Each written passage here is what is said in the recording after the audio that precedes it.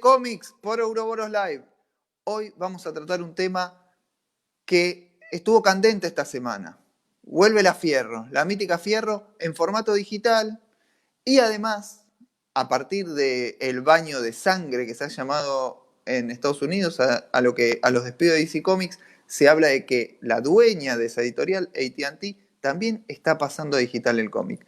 Entonces, invité a dos impresionantes conocedores, dos tipos que saben todo de historieta. Están con nosotros Santiago Can y Diego Agrimbau. No necesitan demasiada introducción, dos caras conocidísimas. ¿Cómo estás, Santiago? Hola, ¿qué tal? ¿Se escucha bien? Se escucha genial. Perfecto. Diego. ¿Qué tal? ¿Cómo les va? ¿Todo bien? Todo bien. ¿Cómo recibieron la noticia de la Fierro en digital? ¿Qué impresiones les generó? ¿Qué empieza Santi? Después yo, estamos en orden. Como quieran. Sí, ¿Como en la puede pantalla? ser. Vamos con la pantalla. Bien, a ver, primero siempre es una buena noticia que vuelva a haber espacios para que trabajadoras y trabajadores del sector vuelvan a publicar. Yo soy un señor mayor, no, entonces obviamente que cuando escuché que volvía Fierro, lo primero que pensé es en el papel. Cuando vi que la primera versión era digital, dije, ¡epa! Interesante. Así que, bueno, supongo que un poco de eso charlaremos también, pero sí, siempre en principio es una buena noticia y después, si existe, se la puede discutir. Si no existe, es un bajón. Claro, totalmente. Diego, ¿cómo lo recibís? Yo ya sabía porque me había avisado Lautaro hace un par de meses de que estaban en ciernes la posibilidad de hacer la Fierro Online con el Destape. Tuve que guardar reserva, como todos los que estaban medianamente involucrados, para no espolear. Así que un poco sabía ya de antemano. Para mí fue genial, la verdad. O sea, para mí fue la noticia, pero antes, y ahora va a tomar forma. Va viéndose cómo va a ser finalmente. Y me parece impresionante, porque es como la apuesta más seria y en serio al cómic digital que se ha hecho hasta ahora. Por ahí la más impresionante previa a esta sería, no sé, Alter Comics de Tim Archie, supongo. Que son los dos que se dedicaron a juntar suficiente energía y trabajo como para poder pagarle a los autores, lo cual no es menor. Claro. El cómic digital que es increíble, ¿no? Porque no están cobrando, o por ahora no se cobra. Después la Fierro va a tener una suscripción y va a haber un contenido pago y contenido que no está pago, tengo entendido. Sí. Pero lo cierto es que ya largarse a un emprendimiento online, que la premisa sea pagarle a los autores para producirlo, es muy excepcional porque es muy difícil de lograr. Así que yo creo que este experimento que está haciendo Lautaro y todos los de la Fierro en general y el Destape nos va a dar una vara de medida muy interesante sobre las posibilidades ciertas que tiene el cómic digital en nuestro país, por lo menos.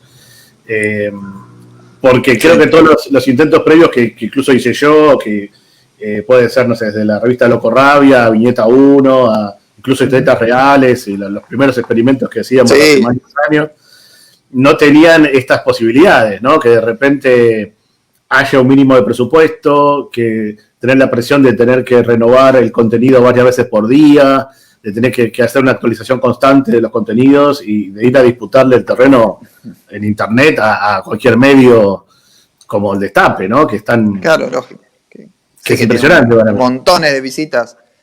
Sí, Bueno, ahí también tenés perdón, ya sí. me engancho de esa, pero tenés además como una doble vía de la situación, que es primero el que se asocie con un medio nuevamente, con un medio que además tiene su comunidad propia, digo, más allá de todas las discusiones que podemos abrir al respecto, pero digo, es la identidad incluso además de Fierro en los últimos, en su periplo por página, está bastante cerca también del Destape, con lo cual no es contradictoria, pero sobre todo que además hay un grupo de gente ahí que algunos capaz que no leen habitualmente Historieta Argentina y de repente se encuentran con ese contenido ahí. Eso para mí es súper interesante, que pueda llegar a un pibe o piba o señor o señora suscriptores del Destape que antes no le daba bola, ya es, para el sector en general, es un gol. Claro, no, totalmente. También es algo muy, muy nuevo, pero a la vez tradicional, porque va al lado de la noticia, al lado de la información, como tradicionalmente fue, como es en la tira cómica en el diario. Cambiaron los medios de información y también la historieta tiene una nueva plataforma. Mencionabas historietas reales. ¿Fue tal vez el primer experimento de historieta digital en Argentina? Que sostenido y llevado adelante en forma... Yo creo que sí, con formato periódico. Lo que tenía historietas reales era que vos sabías que los martes estaba Lasco, que los miércoles estaba Siriani, que los jueves estaba Mosquito y otros, ¿no? Que después iban sumando, lo cual lograba que tuviéramos varias actualizaciones por día, que es un poco lo que se demanda hasta el día de hoy, ¿no? Para que una plataforma tenga circulación constante. Y nosotros lo hicimos sin saber, era simplemente porque había muchos autores. Pero antes había habido algunos experimentos, incluso cuando teníamos la Asociación de Historietistas Independientes, en el 98-99, habíamos hecho una plataforma online, pero que era subir historietas ahí y dejarlas, ¿no? A ver qué pasa. Había cosas así, estaba Portal Comic también, que había estado subiendo historietas y otros contenidos un par de años antes, y un par más también, que ahora me estoy olvidando. Pero creo que Historietas Reales pasó lo que pasó y tomó la relevancia que tomó, porque terminó de constituir lo que iba a ser la historieta online a partir de ahí, que iba a ser periódica, con actualizaciones, con cierta periodicidad, digamos, y esta lógica de la producción a cuentagotas de una página por semana o una página cada 15 días, lo que se pudiera, y generar la costumbre del lector de entrar cada determinado tiempo a ver cómo seguía la historieta.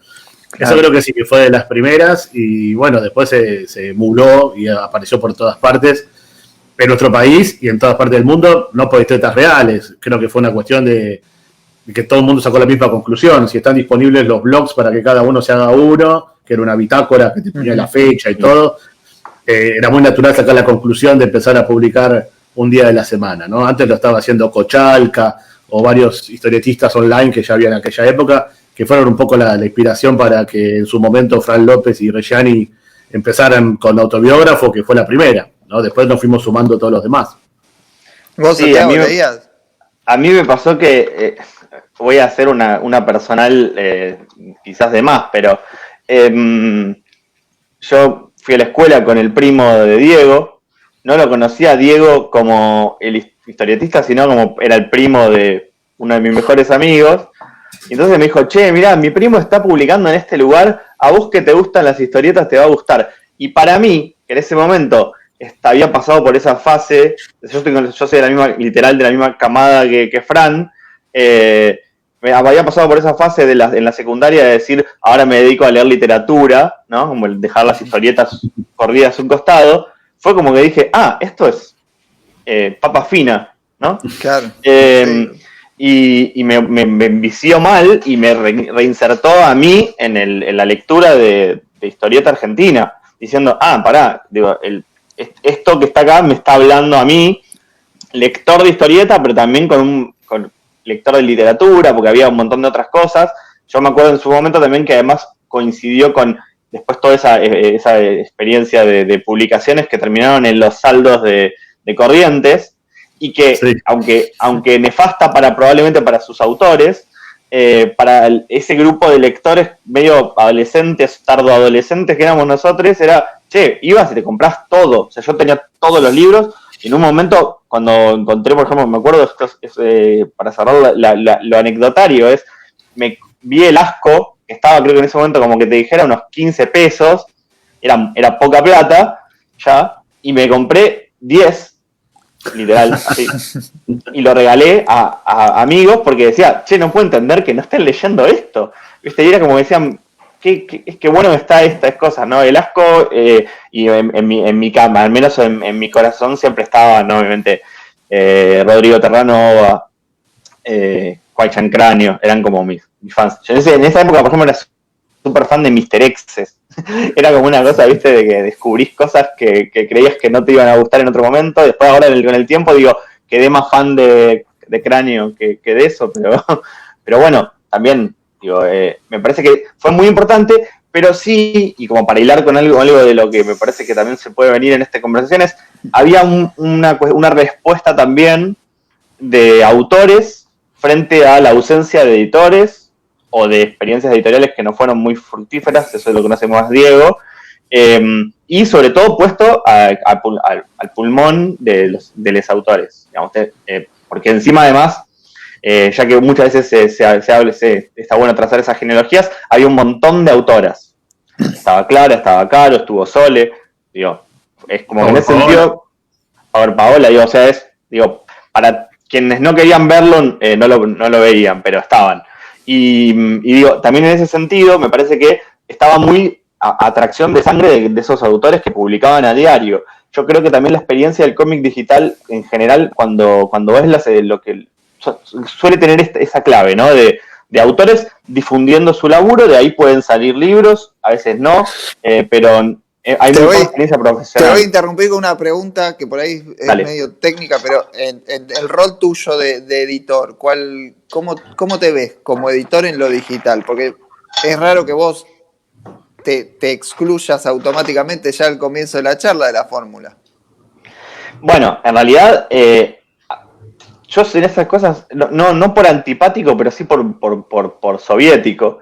Para mí, el trabajo es de quien trabaja y en general hay una relación ahí de horas-cuerpo que a veces no siempre está reconocida. Y en ese sentido, me parece que muchas veces cuando hay estas agrupaciones de autores que se arman un colectivo y se autopublican de manera digital, me parece valiosísimo, pero me parece distinto cuando hay alguien que a partir de ahí los convoca para un encargo de algo y demás. Por ejemplo, el caso nuestro en Maten, cuando arrancamos, éramos una revista donde todos cobraban por su trabajo. En ese momento arrancamos pagando lo mismo que Fierro, me acuerdo que esa fue nuestra referencia, porque era como competir en algún punto, era bueno, meternos, alcanzar a pagar lo mismo que Fierro. Después nos enteramos que no era exactamente mucho, pero bueno, éramos lo mismo, era como el estándar para nosotros. Cuando en un momento produjimos material para la web, en ese momento, en ese caso era Pablo Vigo hacía las tapas de la revista, pero hacía un cómic digital. El cómic digital era gratuito porque para nosotros era como una especie de insumo para que el lector o la lectora sumara más lectura, entonces se la pagamos también. ¿Viste? Esas cosas que siempre que tuvimos tiras en las web de Maten, tiras diarias, eran pagas para sus autores, pero gratuitas para el público, porque lo que ahí nuestra cuenta era, bueno, hacemos conocer a la editorial para que se vendan los libros, que es donde hacemos. Acá ya en los comentarios está Damián Pérez, está Gonzalo Ruiz. Damián comenta esto de que en Argentina él cree que no estamos preparados para el cómic digital pago. Diego, vos tenés mucha experiencia trabajando para otros mercados. ¿Cuál es esa experiencia tuya en relación al cómic digital? Yo la verdad muchas cosas para el exterior en formato digital no hice ahora que lo pienso, ¿no? Supongo que lo último que hice para Heavy Metal está un poco más involucrado en ese sentido porque es una especie de venta-demanda, es un sistema medio híbrido entre lo digital y el papel, pero es muy nuevo y la verdad que todavía no tengo las cifras de cuánto se vendió, se anduvo o no anduvo. Sí. Así que no sé mucho al respecto. Hay cosas que están en papel que se editan automáticamente también en digital, o sea que tienen las dos versiones. Bueno, la otra que pasó fue la del humano, sí, que salió en inglés en una edición digital, por una especie de editorial que se llama Europa Comics, que en realidad hacen esa edición a la expectativa de que alguna editorial de papel termine después decidiéndose por editar el libro en papel. Y mientras venden la digital. Claro. Bueno, salió justo en este año que en Estados Unidos está desapareciendo toda la historieta más o menos, así que no pasó del digital por ahora. Lo que sí puedo tener como experiencia es que hay bocha de lectores del humano de la versión en inglés digital. Claro, por ejemplo, claro. Encontré montones de críticas por internet de todo tipo, de americanos, en general gente o yankees o gente que había comprado la versión en inglés y que la leyó así. Y después hace una circulación crítica normal como cualquier libro, pero saliendo de un cómic digital. Así que esa por ahí la mayor experiencia. Y la pregunta un poco indecente, ¿te jode la piratería en relación a ese material o cómo lo ves? No, me congratula. Para mí es al revés. Yo soy un talibán de la piratería, digamos. No solo la consumo y pirateo todo lo que puedo. O sea, no pirateo, no es que yo escaneo, no me tomo ese trabajo. Sí. Pero sí descargo todo lo que leo. Incluso si yo tengo una biblioteca muy grande, no es que no compre historietas, más bien lo contrario. Claro. Compro demasiado. Pero todo lo que yo me compro papel, después si está en digital lo descargo porque me prefiero leerlo en la tablet que el libro. Eso de los míos, tal cual. Yo hoy prefiero leer en la tablet. Sí, yo ya me acostumbré tanto que sostener un álbum francés, sobre todo, o una novela gráfica muy pesada, es un embole para mí. Prefiero tener la tablet. Leer en la cama, la luz, etcétera, ¿sí? Todo. Yo me bajo todo lo que tengo en papel, lo bajo en digital.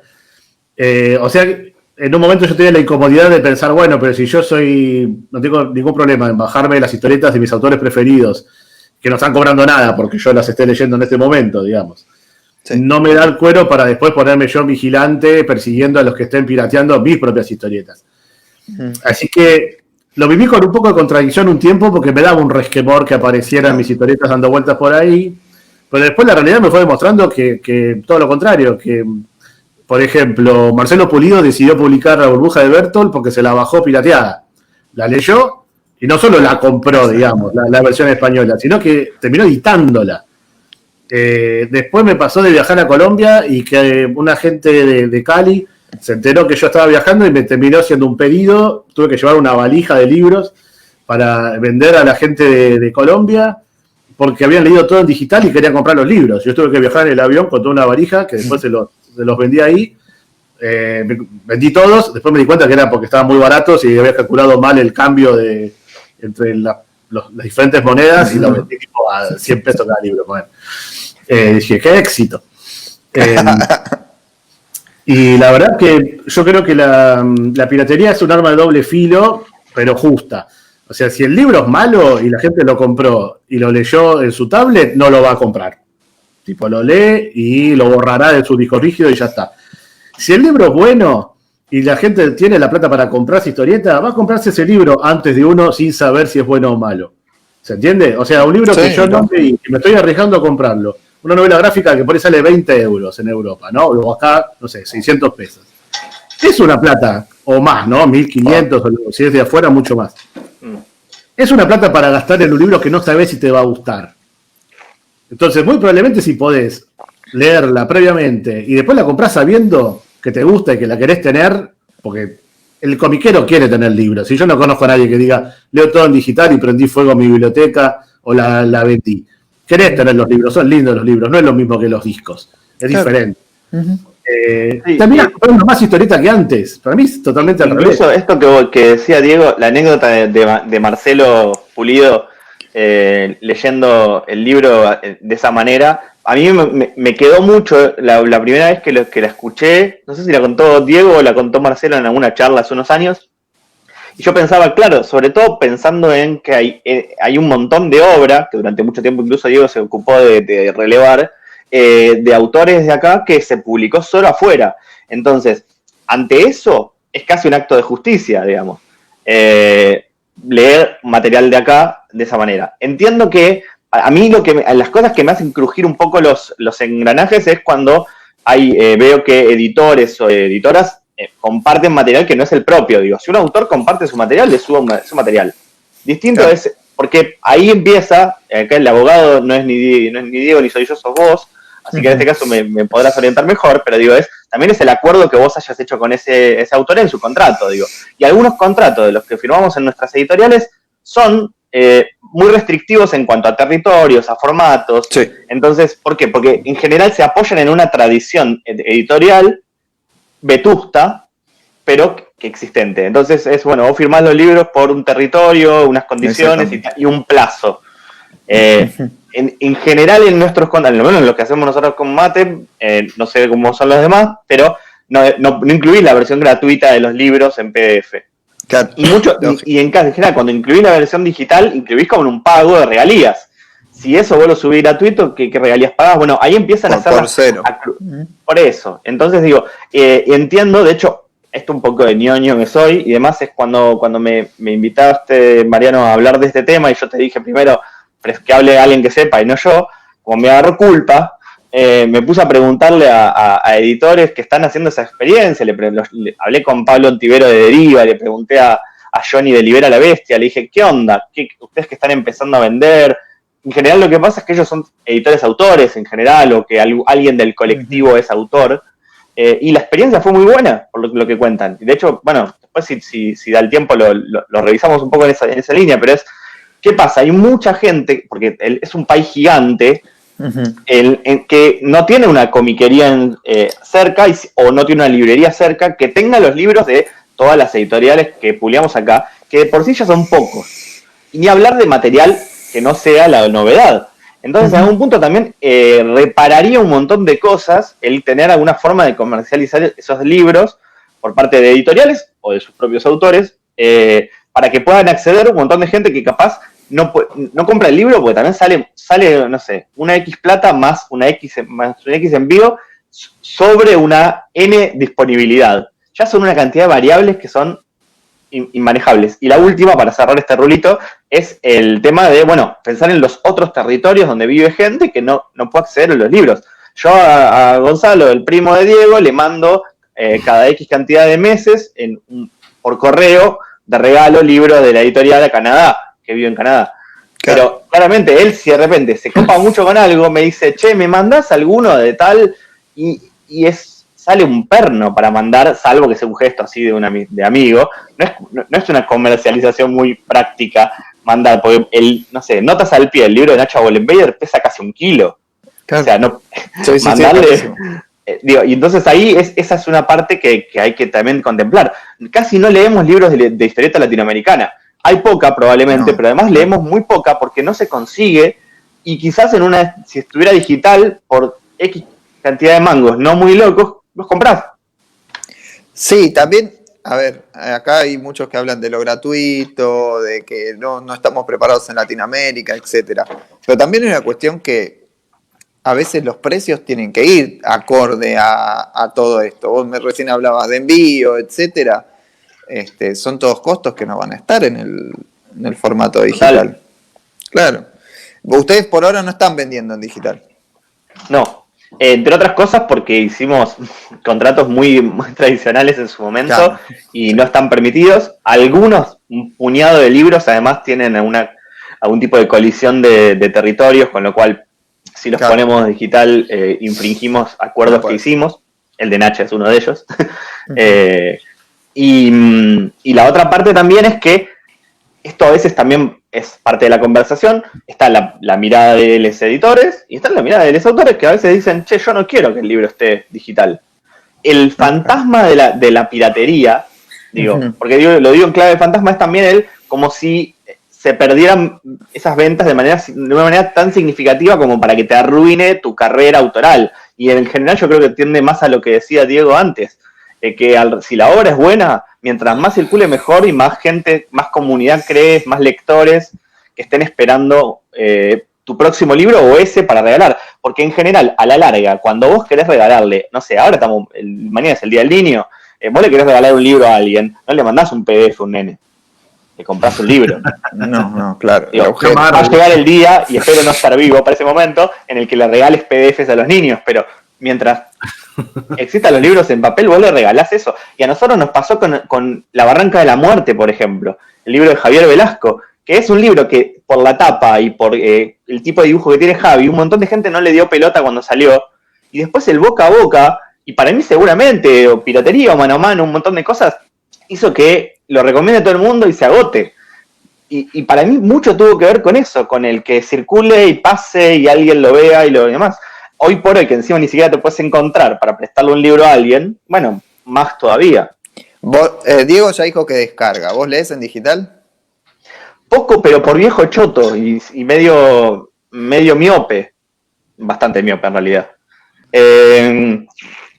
No, lo poco que leo en digital suele ser lo que no consigo acá, y en general suelo ser, esto es una cosa muy también de anciano, pero por ejemplo, cuando todos estaban con el hype de Mr. Miracle, que te vi que estabas leyendo, Sí, yo estaba yo leyendo. dije, ¿esto qué onda? ¿Será humo?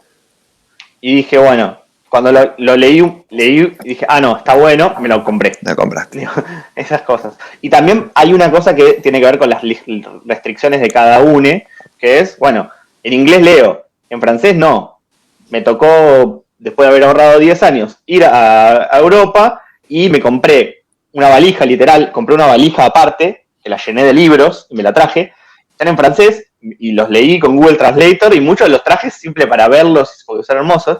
Y decía, claro, si yo estos libros los encontrara en una versión digital, los compraría porque los veo que son cosas bestiales. Pero bueno, no hay versiones acá y no hay versiones muchas veces en español. Ni hablar de ¿No sé si probaste la aplicación de Google Translate de los celulares? Que la pasás por la página y te traduce los globitos y te letrea los globitos. Me vuelvo loco. Leí ya varios libros en francés con el iPad así y el teléfono delante del iPad pasándole. Es que ahí también una aplicación para leer de digital tipo las que hay para iPad, pero que te traduzca los cómics con esa misma es una función. locura. Sí. Bueno, esa es la otra parte. Esa es la otra parte, que es, yo lo pienso mucho con los títulos de que publicamos, digo, obviamente Rodolfo Walsh en historietas, la vida de Rodolfo Walsh, Sí. no sé si es un título de interés para el mercado asiático, probablemente no, pero hay un montón de otras cosas que pueden llegar a abrirse una puerta y que el cómic digital podría ser una opción, tenerlos en distintos idiomas, digo, lo que pasa es que también hay que, así como hay que, los autores se forman como para ser guionistas, muchos incluso en el taller de Diego, y para ser autores en múltiples disciplinas plásticas, los editores y las editoras nos tenemos que formar también en ver cómo pensar también este mundo que viene para producir este material, porque ahí está la clave también, que nos pasa ahora con una colección de libros que estamos trabajando hace un tiempo, empezamos a encargar libros de cero, ya ni siquiera ver 10 páginas, encargar libros de cero. Bueno, pero alguien tiene que sentarse una X cantidad de tiempo a producirlo y que sacárselo de o su otro laburo no historietístico o su laburo historietístico. Bueno, alguien lo tiene que garpar. Bueno, nosotros, bueno, está bien, lo garpamos. Ahora, después que eso subiste el PDF, ¿y cómo recuperas lo que pusiste ahí? Esa es la ecuación que entiendo que, aunque en los comentarios aparezca mucho también, el de no estamos preparados. Bueno, no estábamos preparados también. Si alguien te decía que alguien iba a pagar 3, 4 servicios de streaming, como pasa ahora con Netflix, Bien. Amazon Prime, etcétera, existiendo el torrent, iban a decir que estaban locos. Y de repente hoy pasa. Y mañana, en 2 meses, viene Disney Plus y va a haber un montón de gente que vamos a ir, porque me incluyo, a pagarla solo por no tomarse el tiempo de descargar algo. Bueno, pero es parte del servicio también que te dan. A mí hoy estaba preparando, ¿no?, el programa y estaba viendo las distintas posibilidades que hay en Argentina para acceder al cómic digital. Ustedes tienen, lo leen, consumen, hay un montón. ¿Qué les gusta de lo que ven?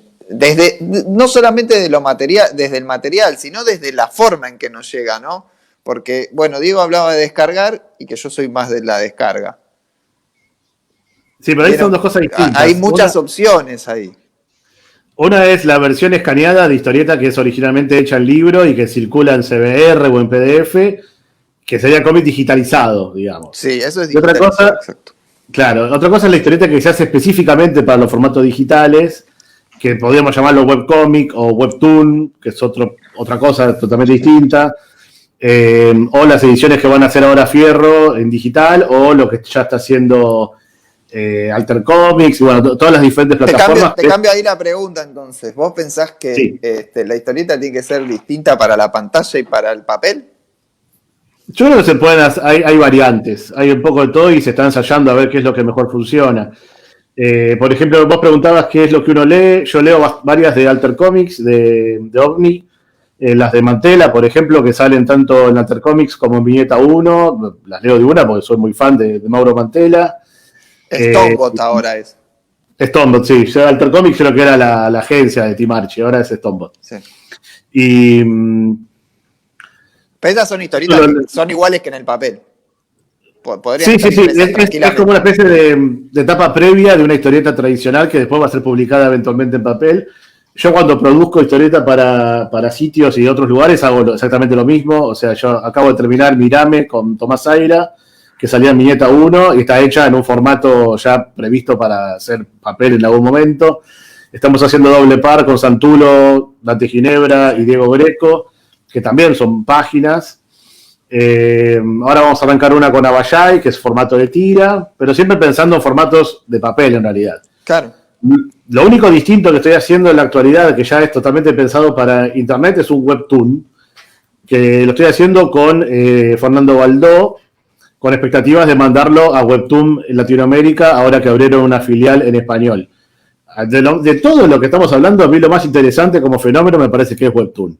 Mira. Por la cantidad de lectores que tiene, que es millones, literalmente, son decenas de millones, y están pagándole un montón de autores que están trabajando para esos formatos, y después por el nuevo tipo de narrativa que tiene, ¿no? Este tipo de scroll para abajo, medio infinito, que genera unos ritmos de lectura y unos fenómenos de narrativas que son totalmente distintos a la página, sí, y con posibilidades secuenciales diferentes a las que conocemos.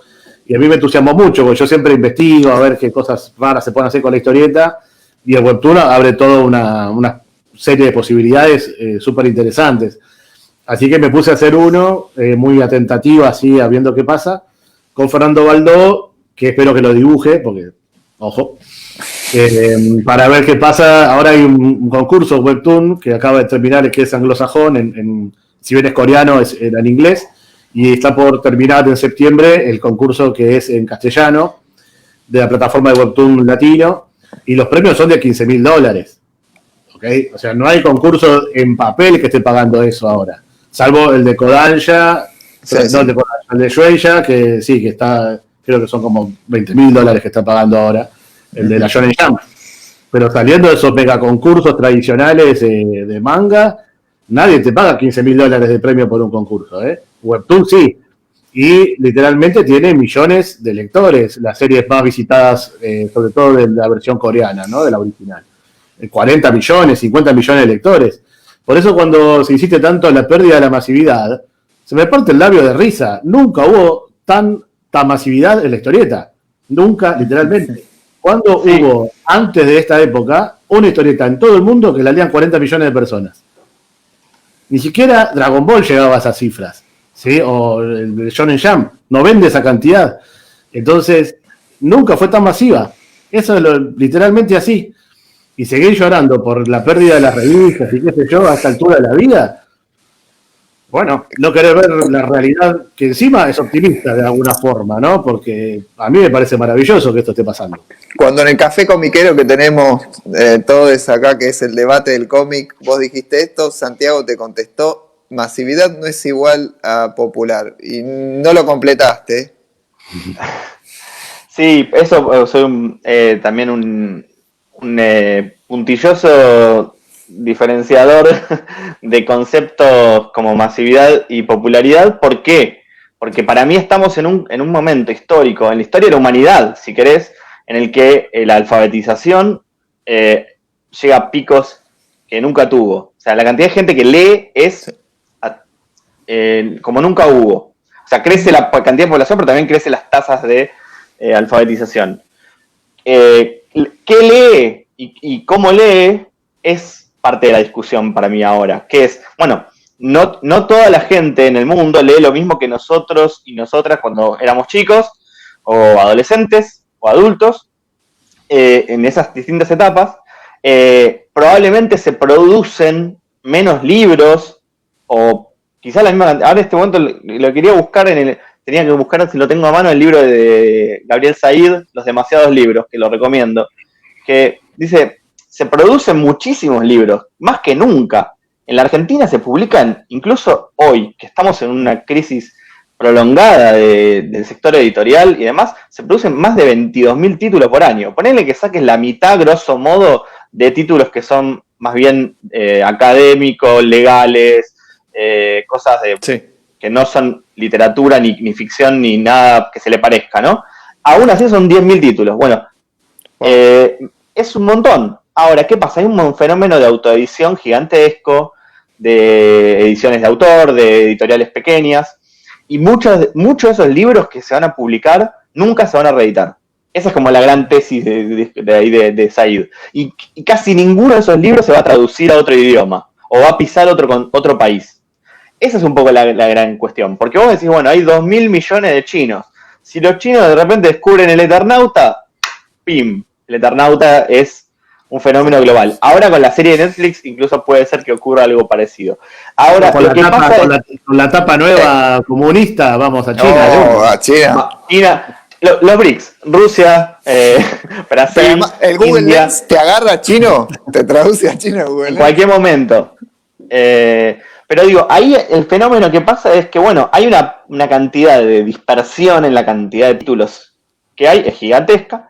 Y en cuanto a la historieta nacional, la historieta argentina mal llamada, hay muy pocos. Digo, yo mi obsesión y por el cual me como cada tanto una gastada por las planillas es relevar un poco qué está pasando. Y vos ves que se publican muy pocos títulos, y de esa lista de 100, 150, este año van 30, 33, títulos de libros que se publican de autores argentinos o con autores argentinos, porque también hay coedición, hay coautorales, muchos de esos no se consiguen en las librerías ni en las comiquerías, o se consiguen en 10 comiquerías, que es casi lo mismo, o no se consiguen fuera de Buenos Aires, Rosario y Córdoba. Entonces, ahí claramente lo digital tendría que ser una puerta de entrada fenomenal, Claro. para llegar a los lugares donde el libro no está, hasta que el libro esté, si es que el libro alguna vez está. Bueno, también hay los que son detractores del momento que está pasando la historieta argentina, hablan un poco de la poca recepción que tiene en el exterior. Lo he escuchado mencionar. Lo dijeron, sí, en alguna charla de la Crack lo escuché el año pasado. Bueno, una última cosita que me quedó en el aire con lo anterior y lo dejo a Diego, que me parece que en eso sabe mucho más que yo. La diferencia entre masividad y popularidad es que personajes populares de historieta argentina, populares en sentido estricto, de cualquiera que vea el dibujo en una revista o un diario lo reconozca, o si sale una nota dicen esto es tal cosa, hay muy pocos, y muy pocos que sean de la década del 80 para acá, digamos. O sea, en ese sentido, digo, incluso, digo, ahora con el tema de Nippur, que estuvo una reedición de muchos volúmenes y demás, ojalá haya habido nuevos lectores de Nippur para bien de Robin Hood y sus dibujantes, pero no sé cuánta gente compró los libros de Nippur para alguien que tenga menos de 30 o 40 años, ¿no? Y no lo digo como algo despectivo, al revés, digo, me parece que sí, valiosísimo, así como probablemente dentro de poco, digo, es como un poco el meme con el abuelo Simpson, ¿no? Y te va a pasar a vos también, me va a pasar a mí también, que digan, a vos te sigue gustando tal cosa y ya a los pibes no les gusta más. Y sí, probablemente es así, pero incluso pasa que, a mí me pasa que yo tuve una pata hace 10 años, más, ya hace como 15, de docente en escuelas secundarias, y no Juna, los pibes no conocen a Dago, no conocen a Nippur. Digo, conocen a Mafalda, sí, porque Mafalda se empapeló y se utiliza y qué sé yo. Incluso conocen el Eternauta porque está en la biblioteca escolar. Porque son más trascendentes, ¿no? Más sin falta duda. El Eternauta que Nippur y que Dago. Claro, pero para mí la pregunta siempre, y lo hablamos mucho con bibliotecarios, y ahora te dejo volver a lo de los autores reconocidos en el exterior, pero digo, lo hablo mucho con bibliotecarios y bibliotecarias de las escuelas, es que a veces cuando un pibe va a la biblioteca de la escuela y pide el Eternauta porque se lo mandaron para usarlo y demás, ¿no? Después se ceba y dice, ¿con qué sigo? Y muchos bibliotecarios no saben qué recomendarle. No le dicen, lee Ciudad, por ejemplo, digo, un ejemplo así cualquiera. No le dicen, lee El día más largo del futuro. Sí. Para venir más cerca en el tiempo. Bueno, eso volvemos un poco a hay que elaborarlo, lo del Plan Nacional de Lectura y de pedir que haya que se amplíe un poco el catálogo, la posibilidad de que haya historieta sí, en mi el plan. caso, siempre vos sabés que yo tengo esa discusión que es, para mí no es solamente que lleguen, sino es que hay que formar promotores de lectura. O sea, hay que formar a docentes, a bibliotecarios y demás, para que cuando tengan el libro de la biblioteca lo den para leer, porque ahora en las bibliotecas, en la ciudad de Buenos Aires y Nación compra historieta argentina hace 15 años. Todos los años compra. También, Digo, pero eso incluso a veces compra eso es una cuestión de autores ejecución del nuevos. plan. Es una cuestión de ejecución del plan eso, pero bueno, ahí ya nos está. Yo lo que iba a preguntar Diego, te pisé con la respuesta anterior. La cuestión es, ¿no permite un poco, no hace más sencilla la salida a otros mercados? La posibilidad de el cómic, ¿Internet? perdón, claro. A mí Porque no me... hay alguna especie de negación también de alguna...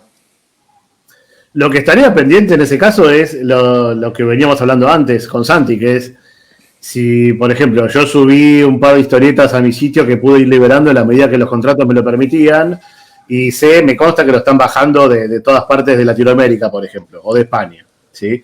El otro día hice una charla como esta, pero con un club de lectura de Colombia, que habían bajado el asco, y fuimos con Dante, los dos, y nos eran como 4 o 5 personas, o más, creo que eran 4 o 5 que hablaban, pero había como 20 mirando, haciéndonos preguntas del asco, en Colombia, sí. Y la versión que habían leído era la que bajaron de mi blog.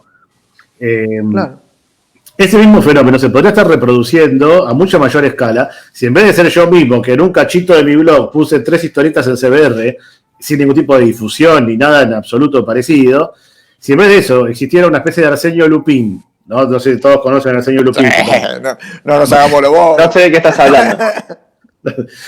Un Arsenio Lupin, pero legal, digamos, ¿no? Con la anuencia de los editores y los autores, sobre todo, donde esté toda la historieta latinoamericana, por ejemplo, que vos te la podés bajar y la vas leyendo, está todo por ganar, no hay nada para perder. Hay literalmente nada para perder porque ahora no ni siquiera están los libros ahí. No es que están los libros de Hotel de las Ideas en toda Latinoamérica, o los de Maten también ahí disponibles para comprar.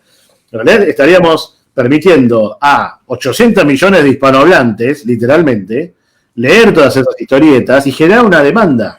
Después vas a suplir y llevas los libros, porque una vez que la demanda está, deja de ser caro llevar los libros, porque te das cuenta que va a haber un negocio ahí, entonces te las terminás ingeniando de alguna manera, o haces una edición allá, o imprimís allá, ves qué haces, pero la verdad es que no hacerlo, hoy por hoy, no armar un sitio, subir un montón de material, que yo lo pondría gratuito con un sistema de donación voluntaria, no me atrevería a cobrar en una primera instancia.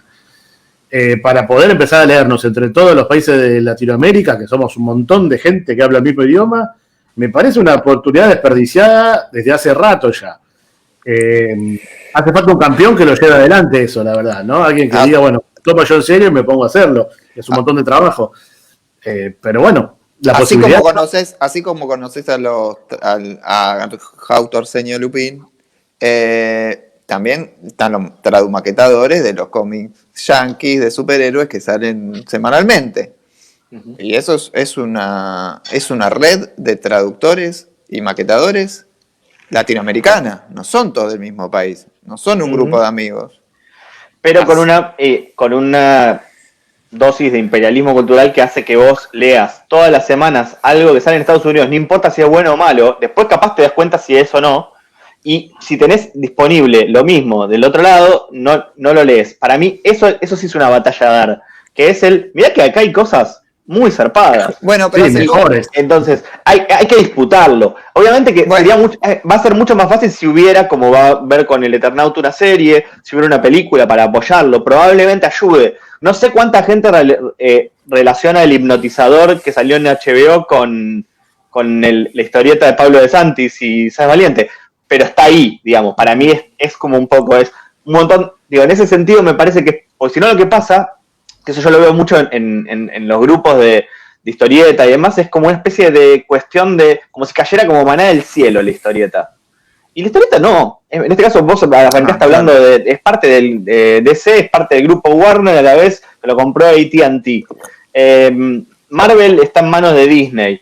Bueno, ¿qué va a pasar con eso? Bueno, hay un montón de otras cosas que están pasando en Estados Unidos. Ustedes lo leen, Diego ha laburado también para esos mercados. Y mucho de lo que leemos acá, incluso hasta es eso. Son esas otras cosas que no son Marvel y DC. Ahora, muchos de esos libros no llegan.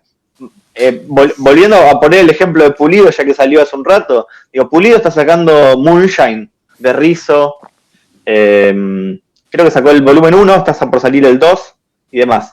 Es un material que seguramente un montón de gente lo leyó tradumaquetado y demás. Bueno, ahora les copa ese material, les copa que exista acá. Bueno, ahí tenés una edición, encima a precio recontra popular, como que suelen ser los precios de Historieteca. Bueno, ¿cuánto se vendió ese libro? Yo no tengo idea, habría que preguntarle a Marcelo, pero no creo que se haya vendido con relación a la cantidad de gente que lo bajó. Pero probablemente, como mucha gente lo bajó y lo leyó, lo compró. Estoy casi seguro. Sí. Sí, por supuesto. No, lo que yo planteaba con los tradumaquetadores es esto que vos, que esté al lado de la posibilidad de leer el superhéroe. Que el lector de historieta tenga la posibilidad de que el libro de historieta argentina esté pegado. No que tengas que entrar, perdón si hiero la susceptibilidad de alguna editorial, pero al Behance para leer la historieta argentina. No se la estás llevando al lector la historieta. Lo estás haciendo ir a buscarla. Y eso a mí por lo menos me parece un problema y me encanta la idea de Diego de proponer el Jauto Arsenio. Acá muchos hablan porque ante la otra posibilidad o el sueño de muchos lectores que nunca pensaron que vos ibas a regalar esta idea, hablaban de como el Netflix de historieta. ¿Qué opinan de esa posibilidad? El servicio conozco de streaming solamente... Conozco la experiencia, o no la conozco, me enteré apenas de la experiencia de Root Inks, ¿no? Que tenía una intención similar de poner una tarifa plana, por lo menos con lo que yo hablé con Mariano Taibo en una Cram Boom, que me invitaron a mandarles material. Pero por lo que yo escuché en esa charla, me parecía que no entendían demasiado por dónde iba la gracia del cómic digital. Lamentablemente, después el tiempo me dio la razón porque no duró demasiado. Me parecía que tenían buenísimas intenciones, sobre todo Mariano, pero el resto lo tomaban como un negocio para realizar web, como si fuera cualquier otra cosa que funcionara con una tarifa plana. Y me parece que no esa es la forma que tendría que funcionar. No sé si el modelo Netflix es trasladable a la historieta, la verdad, salvo que puedas conseguir casi el 90% de las ediciones donde esté metido Marvel, DC, el manga. Entonces sí, claro, si yo pago, no sé, 300 pesos por mes y tengo toda la historieta junta ahí para bajar, y sí, es mucho más fácil. Pero la verdad no creo que ese modelo sea el más indicado. Me parece que sin ir demasiado lejos de eso, es más lógica lo que están planeando desde La Fierro como un modelo de suscripción y actualización de contenidos constante y de contenidos hechos especialmente para esa plataforma. Creo que es distinto, sigue habiendo una paga mensual si se quiere, pero no es lo mismo, digamos, tiene otro funcionamiento mucho más similar a Webtoon, que Webtoon también tiene un sector que es pago, que para poder ingresar vos tenés que pagar una especie de moneditas que te dan cuando entras y vos abonás lo que sale, y hay otro montón que es el mayoritario, que es gratis. Entonces siempre tenés un montón de contenido al que puedes acceder gratuitamente y que muchos autores incluso ganan más plata que los que son pagos porque tienen su propio negocio a través de Patreon y de auspiciantes y de otro. Es muy complejo, es una logística interesantísima la de Webtoon. Sí, y después, si querés, te vendés al sistema, digamos, y pasás a ser un empleado de Webtoon y te pagan un sueldo. Ese es el otro funcionamiento. Pero para acceder a ese material como lector, hay que pagar. Bueno, sí, es un sistema de recompensas. Claro, ahí hay un tema con el Patreon individual, digamos. Ahora, incluso hace un par de meses arrancó uno acá que se llama cafecito.app, que es de un desarrollador nacional. Es como que vos invitás un cafecito, es como una especie de donación, como pagás por Mercado Pago, pues donar a alguien. Y lo que hizo el pibe es básicamente programó algo para que vos puedas elegir, poner tu cuenta de Mercado Pago y que tengas X cantidad de cafecitos para donar, digamos. Nada, muy complicado, y lo que pasó es que lo empezó a usar un montón de gente. Lo está usando Diamond Connelly acá, hay varios, hasta programas de radio como Animal Boy de Hitoshi, y lo que buscaban era, bueno, ya que esto te gusta, te lo damos gratis, podés donar. Para mí esa es una de las lógicas posibles. La otra es la lógica está medio freemium, que hablaba Diego, ¿no? Que es, te damos algo gratis para que veas que está bueno, y si querés más, pagar. Hay otra clave con todo esto, que es, acá a cada bicho que camina le crece un derecho, dice Martín Rodríguez, ¿no? En este país. Y nuestra respuesta suele ser no pensar en el mercado como la solución. Yo siempre pienso en una política pública. Si esa plataforma de difusión fuera una plataforma del Ministerio de Cultura, yo estoy casi seguro que un montón de autores como Diego y un montón más donarían sus obras para que el Ministerio de Cultura las suba y demás. No estaría bien que sea la única opción, estaría bueno que las compre. Pero ponele que digas, bueno, vamos a dar un empuje a la cultura, vamos a lanzar una plataforma. Ahí hay una discusión que es la diferencia con la plataforma, por ejemplo, de Cinear, con las películas de cine argentino, es que vos tenés una ley de cine, que vos vas a ver la película de Marvel y te cobran, o cualquier película, pero digo, un puchito de la entrada, y eso va a financiar un ente autártico, un fondo, sí. Y con eso se financian las películas de cine argentino. ¿Conoces el proyecto del Instituto del Libro? Lo conozco, me parece interesante. Hay algunas cosas que tener en consideración, como qué se considera un libro argentino. Si el libro está impreso en China, pero tiene ISBN argentino, es un libro argentino. Pero bueno, si querés entramos en esa también. Pero a lo que voy es... No, te preguntas si lo conocía. No, pero lo digo ¿por qué? Porque para mí, en ese sentido, es si vos dijeras el Estado argentino financia la producción de libros, por ejemplo, a través de becas del Fondo Nacional de las Artes, o lo que fuera, y después ese material, además de comercializarse el libro en papel por las editoriales que lo hagan o lo que sea, se consigue gratuito, yo creo que hasta el que esté en contra es una antipatria. Pero digo, vos que te encantan los números, no ¿sabés que por un gran porcentaje el Estado Nacional es el mayor comprador de libros del país? Sí, de hecho en los últimos años dejó de comprar. Vas a saber. Sí, durante el gobierno de Macri se dejaron de comprar en promedio 10 millones de libros por año. Muy bien. ¿Qué pasa con ese dato? Que gracias por el centro, te lo cabeceo. Que las imprentas en nuestro país cerraron una cantidad descomunal. Depende con quién hable, yo hablo con varios imprenteros, con algunos que tengo contacto por amistad y otros por estas roscas que hacemos. Y el tema es que te dicen, muchas cerraron porque estaban acostumbradas a un volumen de trabajo que si no tenés la máquina funcionando de lunes a lunes prácticamente, sí, 3 turnos, no se justifica. Entonces, qué sé yo, un imprentero me contaba, compré una máquina en un remate de una de las grandes que nunca me hubiera podido comprar en mi vida, porque la compré al 10% de su valor, ¿no? En un remate. Ahora, ¿qué pasa? Con las compras estatales y con muchas de las producciones de ese estilo, también lo que pasaba era que el 60% de la máquina estaba imprimiendo un libro, y con el 40% restante a nosotros nos dejaban imprimir un libro mucho más barato. Por ejemplo, con el imprentero con el principal con el que nosotros trabajamos, uno de sus negocios principales es imprimir la Constitución, que se vende todos los años para los pibes de la escuela, ¿viste? Sí. Y entonces dice, él con una cantidad de constituciones que vende por año, que imprime por año, y tal, qué sé yo, banca la máquina, banca el funcionamiento de toda la imprenta, y puede no matarte después cuando vos vas a imprimir 1.000, 1.200, 1.500 ejemplares de un libro de historieta, para ponerte en situación de esa cuestión. Me parece que también el Estado, al retirarse de la compra de libros, le sacó una cantidad de guita circulando al sistema de producción, que no es necesariamente sacárselo a la financiación de un libro específico, sino al volumen en general. Y eso también está emparentado con que la liberalización de la entrada de importaciones durante el gobierno de Macri hizo que también se imprimieran un montón de libros, de editoriales incluso muy progres, que imprimían en China o en el famoso barco que estaba en las orillas de Uruguay de China a un precio imposible de competir. Entonces vos decís, claro, qué lindo los libros de tal editorial que tienen tapa dura y son hermosos. Sí, claro, pero se hicieron en otro lado, y con esa diferencia también se resintió toda nuestra cadena. La bibliodiversidad tiene ese doble filo, ¿no? Que es, todos estamos a favor porque queremos diversidad de libros, pero el tema es que si entran los saldos de España o los Salvat o los que sea, capaz que hacen pelota a OVNI o a una editorial local. No, está. Genial. Bueno, y a ver, ¿por dónde podemos seguir? Creo que no respondí nada de lo que me preguntaste nunca, pero igualmente vos me vas diciendo.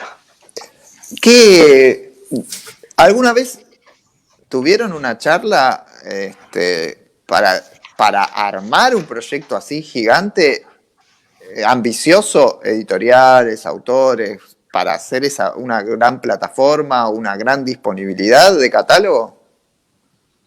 Yo no pasé de charlas de café al respecto, que ahora son por internet, ¿no? Pero Claro. de fantasear, no sé, con Diego Rey o con algún otro interlocutor, con Grisel Pires, planteándonos, estaría buenísimo tener eso, ¿no? Una especie de reseño Lupin legal donde se pueda encontrar todo el material y que la gente lo lea, libre y feliz y salticando por el prado entre los cervatillos. La verdad que es, en la medida que yo me asomo a ver qué es el trabajo que implica, me asusto y me acobardo y quedo hecho un ovillo en posición fetal con el dedo en la boca. Intenté hacer una cosa así que se llamaba Historieta Libre.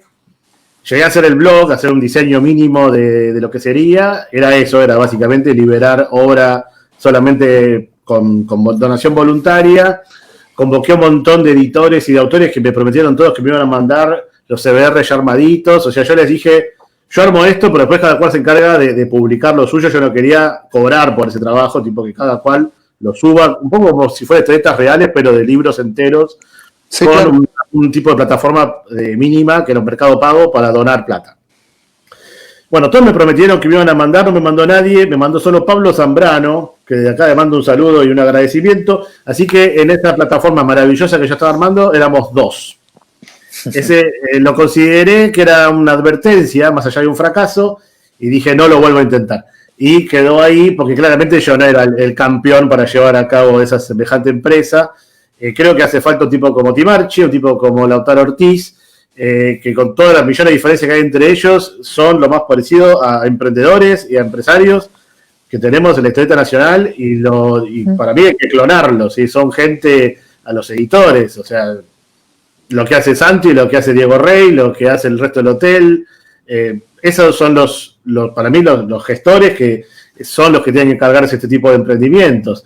Al autor le cuesta un huevo, porque yo estoy haciendo eso mientras estoy pensando en un guión. Entonces, la verdad que se complica muchísimo.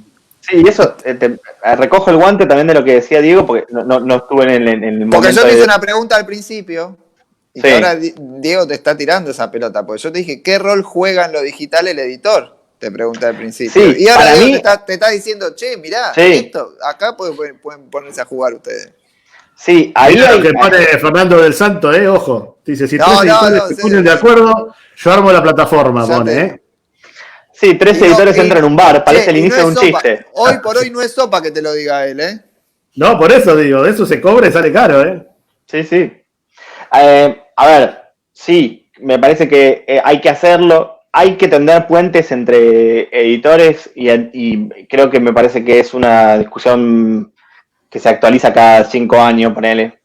Capaz menos también, pero a mí me tocó en este ciclo, digamos, ver lo que pasó esa vez, digamos, cuando vi el último intento de una asociación de editores, por ejemplo, no teníamos editorial todavía, éramos una revista, lo vimos, nos pareció muy interesante, nos acercamos en ese momento con él y mi socia, y eso después, bueno, tuvo una mutación ahí extraña, pero no, como que se fue desarmando, digamos.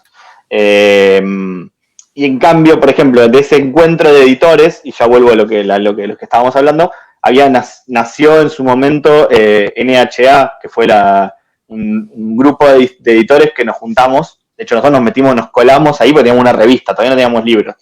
Después empezamos a sacar libros para ir hacia la Feria del Libro y a un montón de ferias del país y a comercializar juntos. Entiendo que también para mí y eso está pasando mucho en los últimos años, que hay distintas maneras de editar y hay distintos lugares que cada editorial se pone y batallas que elige dar. Veo que hay muchas editoriales que son de editoriales encaradas por autores que también a veces pedirles otras cosas es exigirles demasiado. En general tienen otro laburo, su editorial es publicar sus propios títulos y mover sus propios títulos.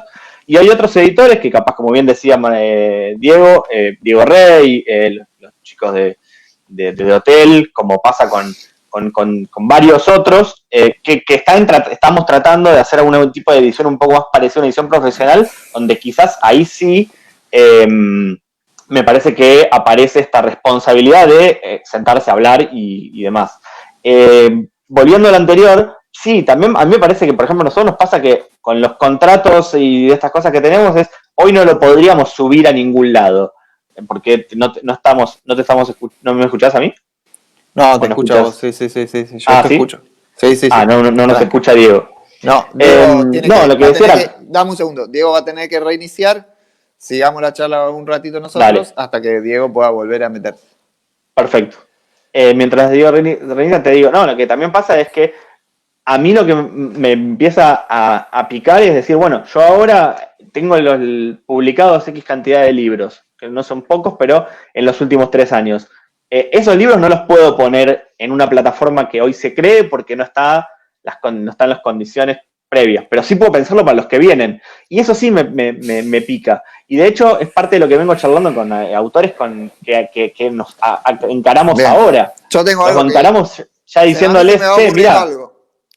Sí, y la otra son enmendar. Hagamos un paréntesis, porque está bueno. Yo tengo se me va ocurriendo algo, a ver qué piensa él, porque quiero que lo escuche más que nada. Te lo voy a decir a vos, pero quiero que él lo escuche.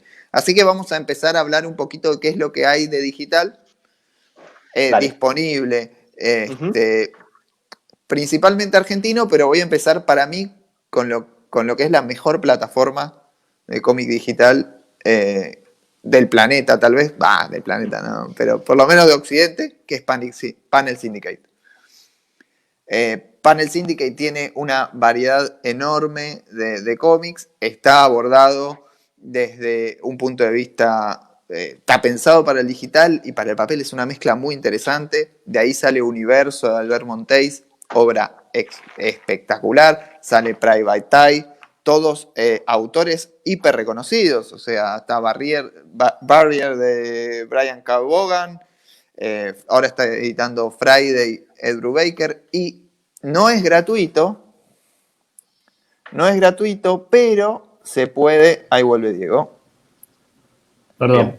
No, está bien, son cosas que pasan. Estaba hablando un poco de Panel Syndicate. Sí. De que no es gratuito, pero se puede donar. Uh-huh. Y por lo menos la otra vez en una entrevista a Brubaker, que acaba de sacar el primer número de Friday hace 2 meses aproximadamente, él decía que tuvo bastantes buenos resultados económicamente, que él pensaba que nadie iba a meter una donación por eso, ¿viste? Y la verdad es que el tipo dijo que le resultó. Después, bueno, mencionaba Libera la Bestia, sale en Bestia Suelta, sale Planeta Extra de Diego. Sí. También es descargable. Sí, yo sé que es una linda antología. Yo creo que tanto la donación voluntaria como esos precios pagables como es de Bestia Suelta, para mí es un poco la que hay que hacer. Y supongo que Fierro va a andar por ahí también. Sí, de hecho, hoy hablé al mediodía, hablé con Johnny, y esa era una de las cosas que le preguntaba. Le decía, pero ustedes ven que el público es el mismo, que les compite, que les compra o no. Y una de las cosas que me respondía, que me pareció súper interesante, era que incluían un código de descuento para la compra en papel si comprabas lo digital. Entonces era, comprar lo digital a un precio accesible. Si te copa, además, el papel podés, pensando en que, para mí, al menos en mi mentalidad todavía un poco conservadora, es el papel es el modelo de negocios que sabemos cómo funciona. No estamos todos de acuerdo en cómo, en si alcanza y si es suficiente, pero lo conocemos.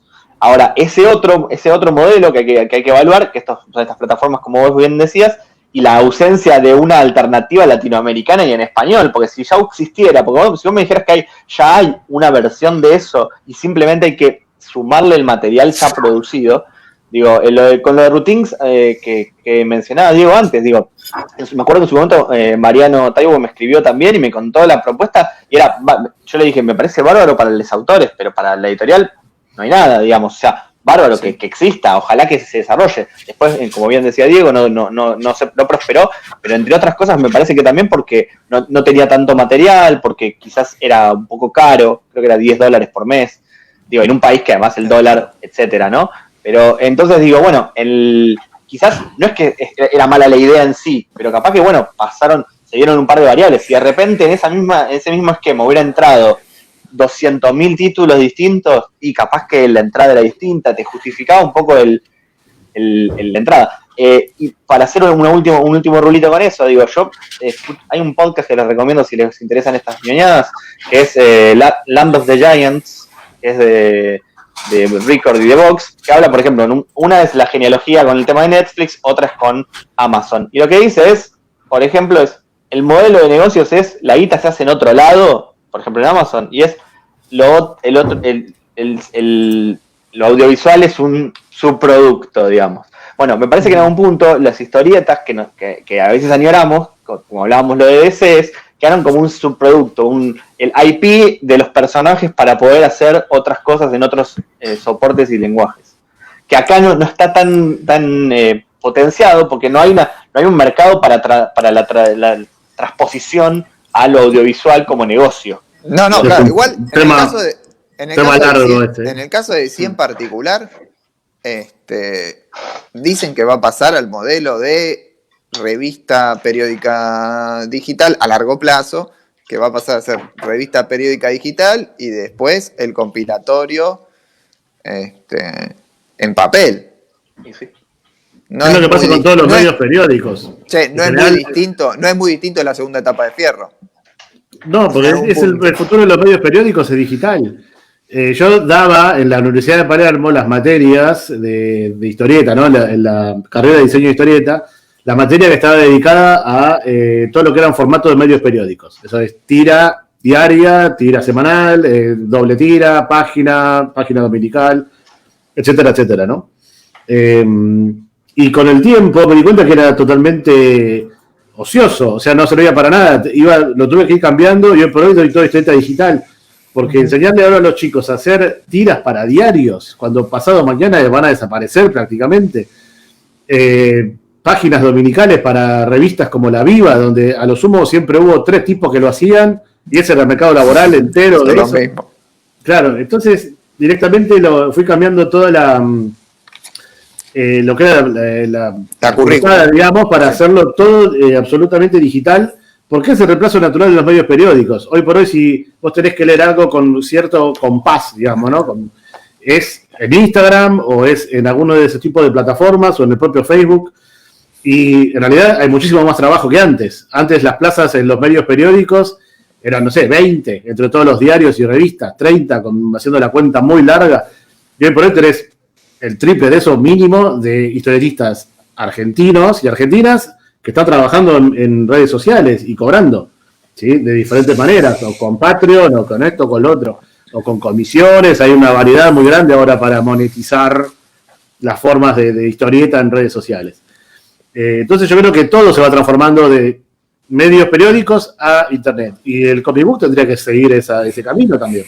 Sí, totalmente de acuerdo. A ver, lo que te iba a decir antes de que se corte Diego, recién Fernando del Santo propone, si se juntan 3 editoriales, yo les armo la plataforma.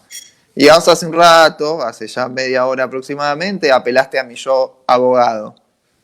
Y decís, no tengo los contratos como para hacerlo. Vos no necesitas vos decís, una asociación de editoriales, un solo contrato para algo en particular podés generar entre editoriales. Sin duda. Un contrato que se llama contrato de colaboración empresaria técnicamente, ¿no? Y decir, bueno, del catálogo vamos a disponer las obras nuevas, la posibilidad de que eventualmente se compartan en esta plataforma, en este nombre. Y ya pones una cláusula tipo para todos los contratos de libros nuevos. Es decir, la cláusula digitalización, no sé, le pones el nombre que quieras. Y el proyecto se llama así y lo llevas adelante. Sí, y ahí... todos firman, y todos los autores, y todos los autores, se queda usar el inclusivo,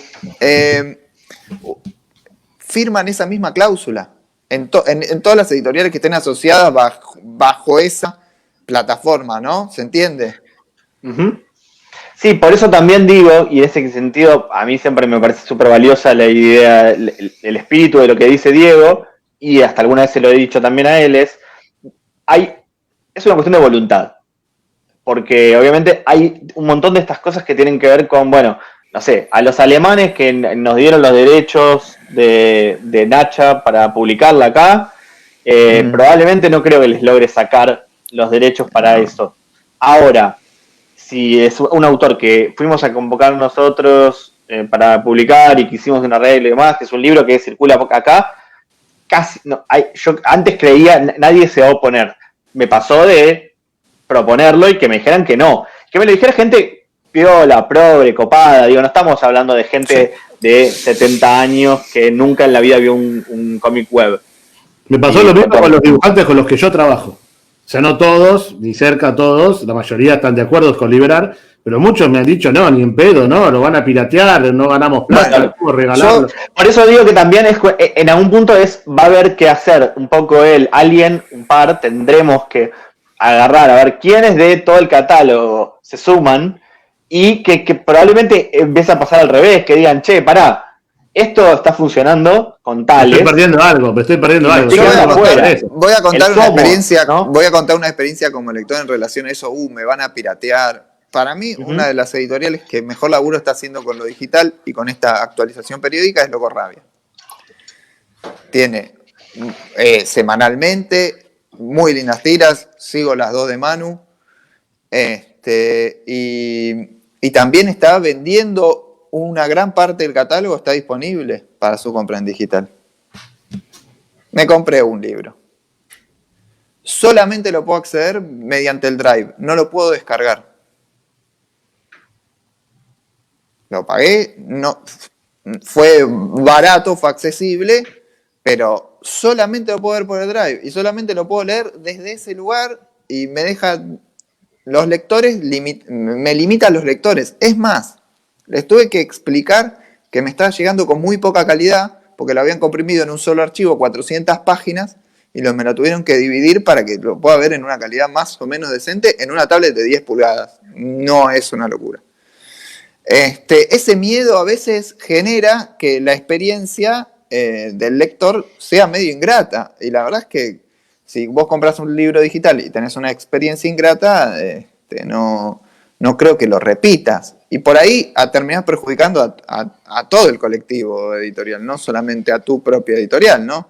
Porque somos tímidos para comprar. Por eso es que yo soy medianamente un poco más partícipe, o si se quiere, partidario de la donación voluntaria. Porque si la cobrás, como están haciendo muchos, no me parece mal, me parece poco práctico de última, ¿no? Como por ejemplo la propia Bestia Suelta, ¿no? Lo primero que hablamos con Johnny es, bueno, también mucha gente está pagando, genial, es muy barata y se puede pagar fácilmente. Digo, ahora, vos sabés que lo baja uno, lo van a leer 10. Me dice, y sí, y ya está. Y es como que medio todo el mundo lo sabe. Entonces, colaborás ahí con eso, es más, especulás con eso, porque eso es un poco claro. La propia publicidad es eso. Y esperás la buena voluntad de que de toda esa gente que lo está leyendo, porque circula por diferentes canales, de repente uno diga, bueno, voy y lo pago. Entonces yo creo que al final es una cuestión de cómo se lo proponés. Si vos le decís, mira, no te obligo a pagarme, es una donación voluntaria, dáselo a todos tus amigos posibles. Es más, cuanto más gente lo lea, este archivo que te estás bajando, cuanto más lo distribuyas, mejor para mí, no peor. Eso sí, de toda esa masa de gente que lo está recibiendo, le comunicás en el propio archivo, mirá, te estamos regalando esto, de verdad. Si te copás, claro, poné 100 pesos, 200 pesos, lo que sea, ¿no? Y yo creo que ahí, en realidad, esa sería la mejor alternativa desde el marketing. Yo laboré 6 años en marketing y publicidad, ¿sí? Fui publicitario muchos años de mi vida. Una de las leyes de marketing que parece que muchos editores no la entienden hasta el día de hoy es que vos no trabajás desde el marketing esperando que ya esté creada la demanda, ¿sí? Porque muchas veces dicen, ¿editamos o no editamos? Por ejemplo, no sé, Langostino de Ferro. No, porque nadie lo compra. ¿sí? No hay demanda para Langostino de Ferro. ¿Quién lo va a comprar? 3 se acuerdan de Ferro. En el marketing te cagás de la risa si te dicen algo así, porque es exactamente lo contrario. Tu trabajo es generar la demanda. ¿Sí? Me acuerdo el lema que había en aquellos años era venderle aire acondicionado a los esquimales. Que suena horrible, suena lo peor del liberalismo, pero es eso lo que tenés que hacer con la historieta. No quedarte a esperar que se esté la demanda mágica y claro, editamos el Eternauta porque sabemos que se va a vender. ¿Sí? Eso hay que hacerlo desde ya, porque está la demanda, hay que suplirla. Pero después con lo nuevo, con las nuevas historietas, que pueden ser las nuestras o las de las generaciones que vengan o las que fuera, hay que trabajar en la demanda. Obviamente no con cualquier producto, pero yo creo que una de las formas de hacerlo es, ahí ponían la gran Microsoft, ¿no? Dejar que todo el mundo lo piratee y después ves a cuánto se lo podés vender cuando ya todo el mundo tiene Windows. Bueno, puede ser esa. Vas generando por sí misma la demanda en las historietas que estás regalando.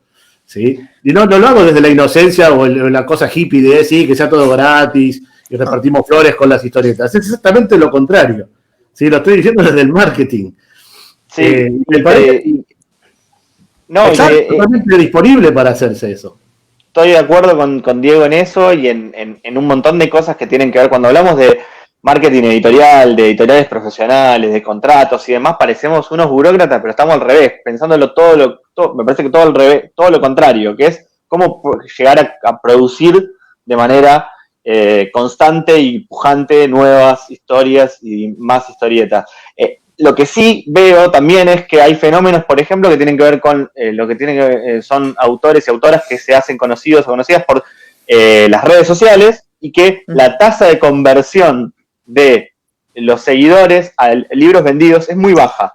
Y sí, hay un nivel de frustración enorme en esos autores y autoras que es, pero tengo 10.000 seguidores y no vendí 10.000 libros, vendí 700. Sí. Y bueno, no funciona así, amigo. Porque en general, cuando mirás la estadística de tu, no sé, cuenta de Instagram, tenés de la mitad de tus seguidores no viven en la ciudad de Buenos Aires, no viven en Córdoba, y no viven en Rosario, y no viven en La Plata. Listo. Si tenés ya viviendo en Tucumán y en Bariloche, y ya les cuesta un huevo conseguir tu libro, entonces ya lo vas alejando. Ni hablar de lo latinoamericano. Por eso digo que también, en ese sentido, estoy de acuerdo con lo de crear la demanda, pensando y confiando en las historias que publicamos, ¿no? Me parece que eso es una cosa fundamental. En el caso de Maten, yo tengo una obsesión personal, en realidad es de ambos con Eli, pero es más que nada mía, que es, a mí me gusta la idea de trabajar con un autor o con una autora muchos libros. Uh-huh. Y es una relación que va a tomar mucho tiempo. ¿Y por qué? Porque yo estoy pensando en esa inversión emocional y autoral, que es, yo quiero elaborar en la prensa del libro de Jazmín Varela, y porque me encanta el libro de Jazmín Varela, pero además cuando sale el segundo libro de Jazmín Varela, yo ya amortizo esa inversión, la gente ya sabe que es buenísima, y entonces ya cuando saco el tercer libro de Jazmín Varela, ya es, sale el tercer libro de Jazmín Varela, no, un nuevo libro de una piba de Rosario que está dibujando y que recién arranca, no, tiene 3 libros, y lo que empezó a pasar en general es que libro nuevo arrastra el libro anterior, entonces ahí es cuando también pienso, hablando de marketing editorial, en el caso nuestro, digo, te lo puede decir, no sé, Leandro Arteaga de Rosario, periodista de Rosario 12, o Iván Lomzakov de Córdoba, que es, le mandamos por correo a Argentina un paquete con libros cada 6 meses. Y vos me decís, ¿por qué? Eso es una cosa muy anquilosada. No, porque si vos pensás que todo tu marketing editorial es postear en tus redes, estás en el horno.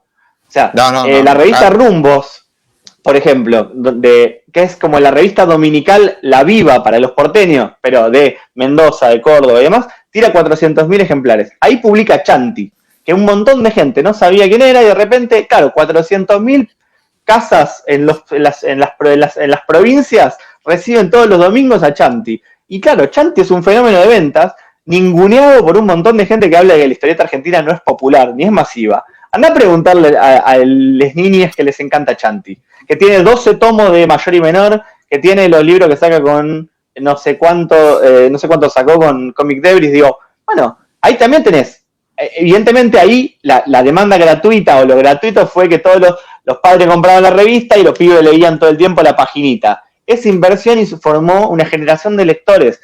Para mí ahí también es importante el ir formando esos lectores de esas movidas. Y obviamente va a haber gente a la que le va a copar más lo que publicamos nosotros que lo que publica otro, pero si entre todos logramos este tipo de movida, me parece que se va a ir armando un nuevo grupo de lectores de historieta nacional creciente. Y listo, el cómic digital para mí es un ariete que hay que sin duda considerar. Yo incluso cuando vos me dijiste, es como que me agarré y me quedé como muy tarado con todas las limitaciones y con las autocríticas, y fue motivo de charla al interior de la editorial, tanto con Eli como con Grisel y demás. Fue medio una posición medio defensiva la primera. Obvio, claro, lo primero fue, pará, y después es, pará, ¿por qué? ¿Qué onda? ¿Qué de esto podemos arrancar? Entonces, bueno, hay también un poco esa. La otra es animarse también a esto, a no solo editores, sino también autores, es decir, nos van a piratear o nos van a compartir y demás. Bueno, eso a la larga nos juega a favor. Comerse un poco la curva inicial de estos y demás. Y para mí es como cuestión de ratio, es decir, si de 100.000 tipos que leen el cómic, uno lo compra, es una cosa. Bueno, yo no creo que haya 100.000 personas que lean historieta argentina, ojalá que sí, y me busqué unos numeritos solo de puro ñoño, de hace 3 años hice una encuestita que circuló, que la respondieron 2.000 personas, y una de las preguntas era, hace 3 años, espero que esto cambie, o la voy a repetir dentro de poco, ¿pagarías por comprar un cómic digital? Y el 53% puso que sí. Dentro de ese 53% ponían 16% si es pago voluntario y 37% dependiendo del monto, ¿no? Digo, evidentemente ya hace 3 años, que las limitaciones eran mucho mayores, era un montón, de 2.000 tipos y tipas que respondieron una encuesta sobre historieta argentina, con lo cual ya de por sí es 53% de un público que se supone que ya tiene algún tipo de interés o buena onda. Para mí es un número que hay que considerar. Para mí es un montón. Muy claro. Sí, sí. Bueno, Diego, algo para cerrar, para ir redondeando. No sé si contesté a la pregunta esta que había quedado sobre si de alguna forma la historieta digital te ayuda a vender tu propia obra como autor en el exterior. Eso. Porque alguien había dicho que no había trascendencia en el exterior de la historieta argentina o algo por el estilo. ¿Podía ser? ¿O entendí todo mal? Sí, no. Sí. Que quedó respondido. Internet, creo que me contestaste, Internet llega a todos lados. Sí, por eso no sé si eso había quedado, si no, si está saldada, no tengo más nada para decir por ahora. ¿Alguna conclusión, algo a futuro? Yo la verdad que vengo apostando desde siempre, ¿no? De historietas reales, clarísimo. Hace ya 15 años, así que soy una especie de veterano de andar intentando cosas en Internet con la historieta. Ahora tengo 3 o 4 historietas simultáneas que salen en Internet y lo pienso seguir haciendo. Va a salir algo mío en la Fierro. Porque así... Sí, bueno, pasa que me da miedo porque me olvido. Pero está Planeta Extra en Bestia Suelta, de Libera la Bestia. Que por cierto, el contrato de edición de esa implicaba el libro en papel para el año que viene. O sea que ya viene todo junto. Primero la edición digital de la obra entera, no un preview ni nada por el estilo. Y el año que viene en papel. O sea que ya Johnny y Martín están confiando por completo en que la lectura en digital no obsta de ninguna manera a sacar el libro, porque ellos mismos lo van a sacar. O esa es una. Después, Doble Par con todos mis amigos, Antulo, Greco y Ginebra, que sale en un blog. Yo lo pongo en mi Facebook. Hay que fijarse. Sí. Mirame que se acaba de terminar y se suma a otro libro más que tengo terminado sin editor por ahora. Ya tengo 5. Después estoy haciendo, vamos a empezar una con Abayay pronto, una tira. Y ya seguro me estoy olvidando de una. Un montón. Pero sí, y por lo pronto estoy haciendo varias más que seguramente irán a parar a algo digital, con Fabián Mezquita, con Rodrigo Luján. Creo que nada más, así, seguro, tengo un miedo, pero bueno. Pero está bien. Son un montón esas, sí. Un montón de propuestas de lo digital. Bárbaro. Bueno. Me quedé pensando en algo que decías recién, sí. Diego, de lo de publicar en papel o en el caso de una revista periódica y después recopilar, ¿no? Porque, digo, uno pensaría, entonces, si salió en Fierro, en Fetas, algo antes, alguien no va a comprar el libro, y cosa que es mentira, porque hay libros que se publican así un montón. A nosotros nos pasó también cuando traíamos revistas, que era nuestro chiste interno, era, bueno, financiamos la producción pagando las fetas y después hacemos aparte un contrato por los libros. Y de hecho, están los PDF de todas las revistas Maten subidos gratuitos y los libros se vendieron igual. digamos, Sí, evidentemente claro. no funciona. Y en el caso, el único libro que habíamos liberado de entrada, porque una cuestión también con los autores muy fuera del palo de la historieta, ¿no? Que fue el de Rodolfo Walsh, fue como de entrada, como por el tipo de material que era, dijimos que esté disponible hasta recopilado y con todas las tapitas y todo, y es un libro que vendió 2.000 ejemplares casi. Entonces vos decís, evidentemente, para la tasa de venta nuestra de editoriales Argentina, en 3 años, 2.000 ejemplares es un buen movimiento, Un montón, y tuvo obviamente 10 veces más descargas, lo cual refuerza esa teoría que lo que decíamos. Y la última, que no quería que me quede colgada, era, también hay como una cuestión de como querer todo el tiempo medir el mercado o el ambiente y el sector de historietas en la Argentina comparado con Estados Unidos o con Europa, en el mejor de los casos, o con el manga. Y no en realidad medirlo, como se diría en boxeo, libra por libra, con el mercado editorial en la Argentina, de otros libros. Lógico. Si vos mirás el mercado editorial en Argentina, la historieta es chiquitito, pero tiene su movimiento. Pero es muy chiquitito. Es como en el cambio, Coelho. exactamente, poderoso y chiquitín.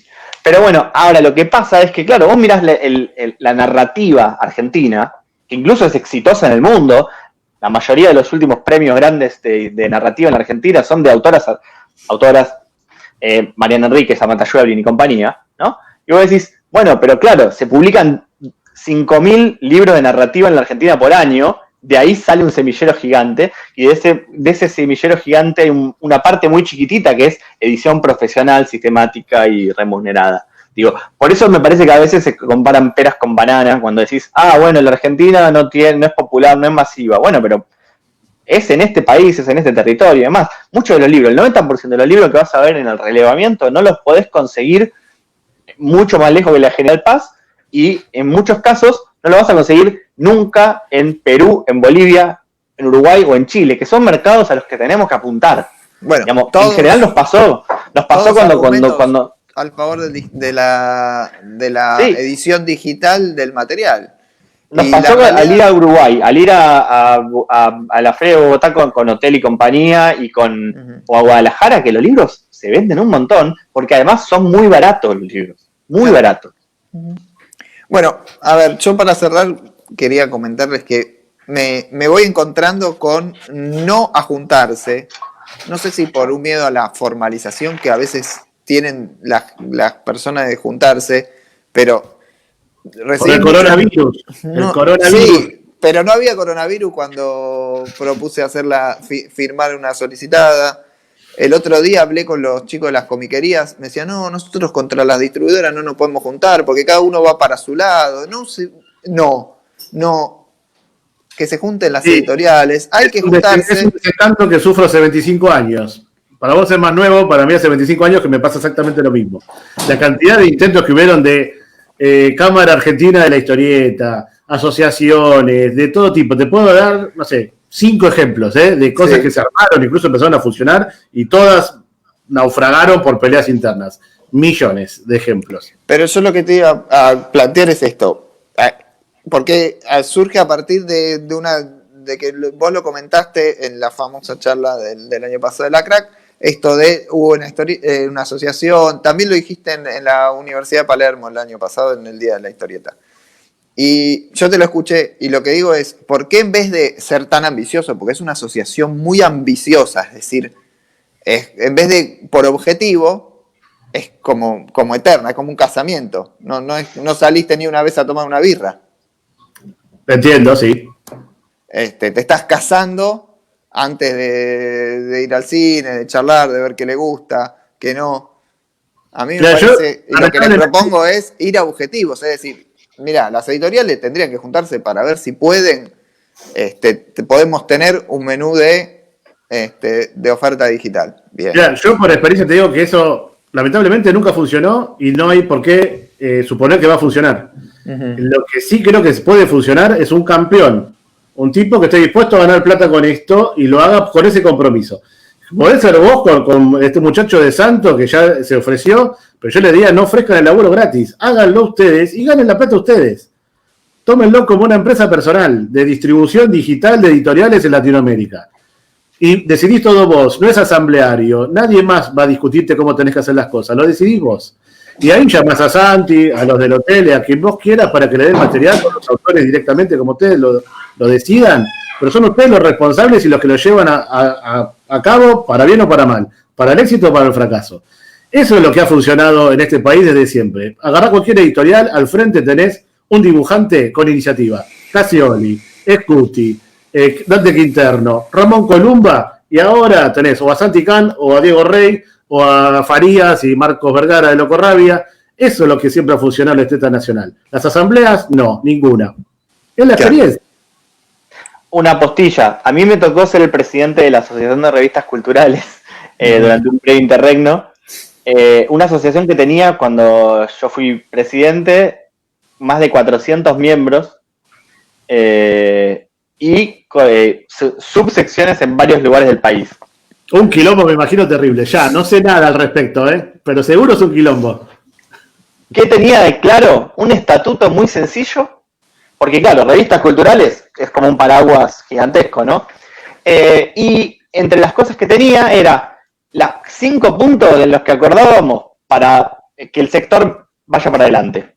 ¿Y qué pasó también? Era muy previsible, una vez al año había una asamblea, digamos, anual, que incluso para los del interior, los mal llamados interior, que venían a la ciudad de Buenos Aires a misa, se gestionaba con las provincias incluso pasajes, se hacía una vaquita si alguno no podía viajar. Después el resto del año funcionaba con una comisión directiva que se elegía ese día y mucho laburo. Entre las cosas que conseguimos en su momento, pauta oficial para las revistas, subsidios para el envío del correo argentino con descuento.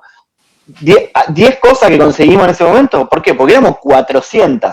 Ahora, entre esas 400 había el pibe que era de Concepción del Uruguay, que hacía un fanzine y lo abrochaba, y como cumplía los 10 ítems del estatuto, se podía asociar y se podía presentar. Obviamente, después no podía conseguir pauta oficial porque no tenía ningún papel para presentar en el esquema y no terminaba viendo guita. Después, para mí, digo, lo digo muy chabacano, pero digo, de 400, después, pauta oficial recibían 20. ¿Por qué? Porque había 20 revistas con papeles en regla y con funcionamiento profesional. Otra experiencia, me estás contando otra experiencia excesiva, de una formalidad excesiva.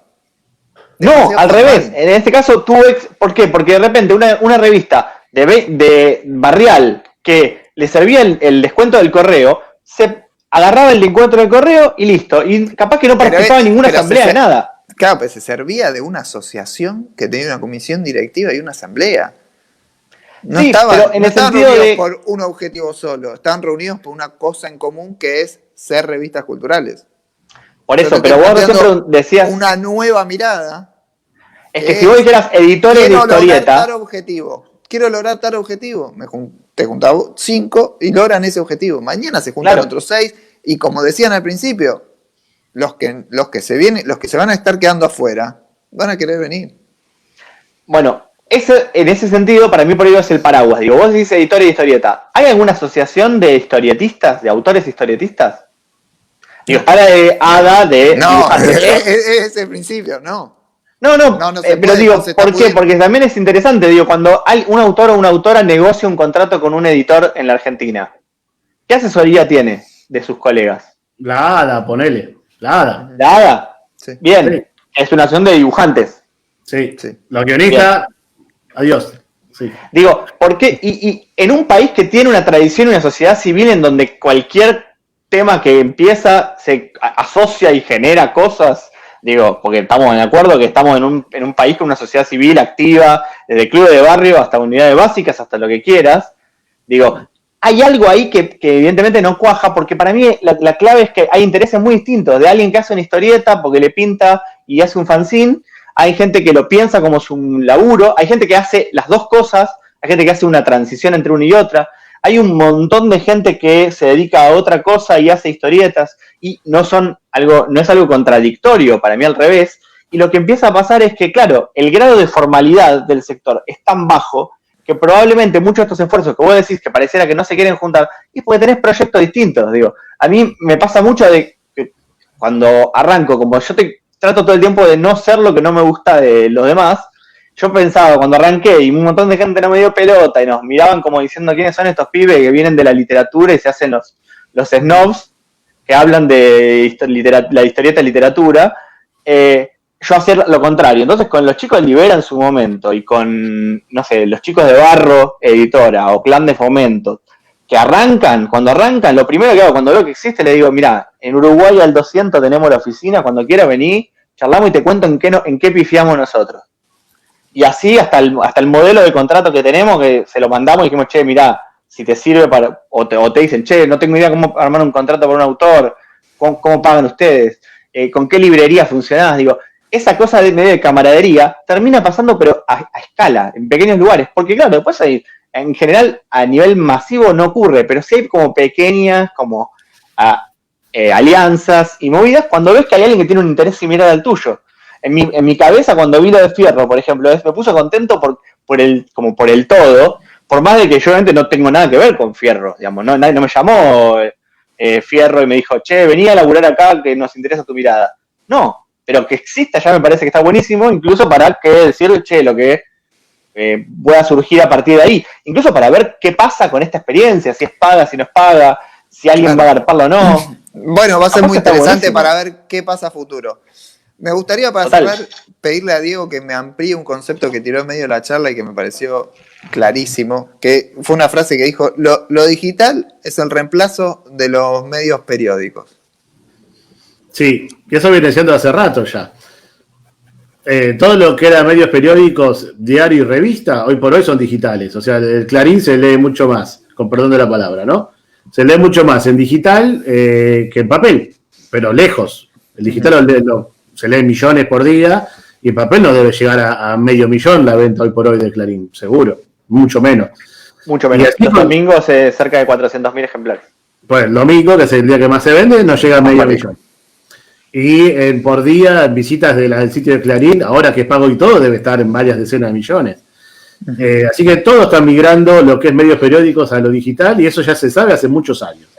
Incluso creo que está pasando ahora con la televisión también, ¿no? Lo que es la tira diaria, el noticiero, todo lo que es medio periódico pasa a lo digital, indefectiblemente. Y lo que nos toca a nosotros en la historieta, que nunca somos tan distintos al resto de los medios, así como Santi comparaba la historieta con la literatura o el medio literario, también podemos comparar la historieta con lo que pasa en la televisión, con lo que pasa en el cine, con lo que pasa en muchas otras cosas, el teatro, por ejemplo, la poesía. Está pasando lo mismo en historieta. Vos tenés cuántas tiras en diarios siguen saliendo que ahora se leen más en los diarios digitales, me imagino todas las de La Nación, por ejemplo, ¿no? Macanudo, Max Aguirre, Tute, etcétera. El resto no las recordamos. Sí. Bueno, Lunix sí, sabemos a cuál no. Sí, sí. Hoy por hoy seguramente se está leyendo mucho más en las plataformas digitales de esos diarios que en el papel en sí del diario comprado. Entonces ya de por sí ahí tenés la migración hecha por el propio medio. Y después tenés el hábito de lectura, de entrar a leer algo todos los días a ver cómo sigue, o a ver la nueva tira, que no se produce ni siquiera en ese ámbito, sino se produce en redes sociales. Vas y seguís la tira de Podetti en Instagram, o la que te guste, ¿no? De acá, de allá, de afuera. Y el hábito de la lectura diaria de una historieta, de seguirla día a día, sigue mejor que nunca por ahí. Webtoon ni hablar, Webtoon es diario también, o es periódico. Así que está todo ahí. Pero esto se viene viendo hace muchos años, incluso ya cuando estamos en historietas reales, me acuerdo de hablarlo en esos términos, cuando estaba la chance de hacer un suplemento en un diario con toda recopilación de cosas de historietas reales, que se habló bastante, estuvo a punto de salir. Y después decíamos, bueno, pero en realidad nos va a leer mucha más gente en el blog, que tenemos 5.000 visitas por día, que en el diario ese que consumo, no sé, venderá menos que esa cantidad y es una vez por mes. Una cosa así con eso también es la matriz de producción, digo. Un libro fenomenal para chicos, Escuela de Monstruos, que tienen como 14 tomos ya, no sé cuánto va, pero más o menos. Sí, sale en Pictus. Sale en Pictus, y debe tener como 5 más por salir, no sé cuántos todavía debe haber, se producía para Villiquen. Uh-huh. O sea, claro. el Bruno producía todas las semanas o cada 15 días, no me acuerdo ya la última periodicidad, pero digo, tenía un laburo fijo financiado por una revista y después había un editor que recopilaba y distribuía y vendía, pero la usina de público venía, y sobre todo de la financiación y de la producción del trabajo, venía de la revista. Villiquen fue el Grupo Atlántica en general vendido de una manera bastante fraudulenta, con despidos, un montón de cosas, pero sobre todo cerró Villiquen y cerró también una de las posibilidades de financiarse y de vivir de la historieta de gente y de producir material para los libros. Así como cuando en su momento cerró Fierro, papel, un montón de editoriales que recopilaban material de Fierro se quedaron sin material nuevo para recopilar, teniendo que o producirlo o seguir recopilando cosas que hayan quedado sin recopilar. Esa es una de las cosas que también hay que tener en cuenta. Cambian los modelos de producción, pero no solamente porque hay una ley digital o ley en papel, sino también por quién garpa el laburo de la gente para que exista. Bueno, genial, una charla para mí muy fructífera, de las que a futuro más me dejan pensando, que construyen futuras charlas. Les agradezco un montón la presencia y todos los aportes que nos han hecho. Bueno, gracias a vos y gracias por darme el lujo de también charlar con Diego, que como fan también me parece muy, muy copado. Como fan y la claridad conceptual. La verdad, Diego, muchas gracias. Tu experiencia en publicidad se nota. Te digo otra cosa, hablando de medios periódicos que pasan a lo digital, Ouroboros. O sea, Ouroboros en otro momento hubiera sido una revista como Comiqueando o algo por el estilo, y por hoy no sé cómo se arreglarán entre ustedes, si son cooperativas o hay un rey que domina todo, pero es interesante que hoy por hoy, para mí son el sitio de los más importantes que hay para visitar hoy por hoy a los que nos gusta la historieta, y es digital y es todo en internet y lo están haciendo a pulmón entre un grupo de gente que se puso de acuerdo. O sea, es lo que yo estoy diciendo que hay que hacer con la historieta digital a nivel latinoamericano y qué sé yo, es eso, es juntarse entre varios que están de acuerdo, no hacerlo asambleario, no invitar gente que venga y opine y vote, ir para adelante con todo. Así que felicitaciones por Ouroboros. Muchas gracias Diego, seguro que los chicos están tan felices con estos elogios, y yo también, muchas gracias. Los conozco de chiquitos también. Lo vine a hacer. Bueno, muchachos, me quedo yo haciendo el cierre. Gracias. Nos estamos viendo. Y hago el cierre solo para contarles que la semana que viene, a partir de este lanzamiento de Fierro, nos va a visitar un escriba de Ouroboros, el profe Facundo Vázquez, para hacer un Fierro for Dummies.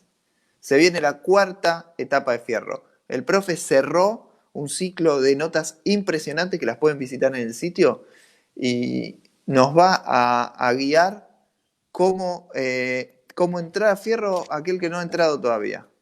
Así que muchas gracias por acompañarnos. Les mando un abrazo hasta el nuevo Ouroboros Live, Noche de Cómics. Muchas gracias.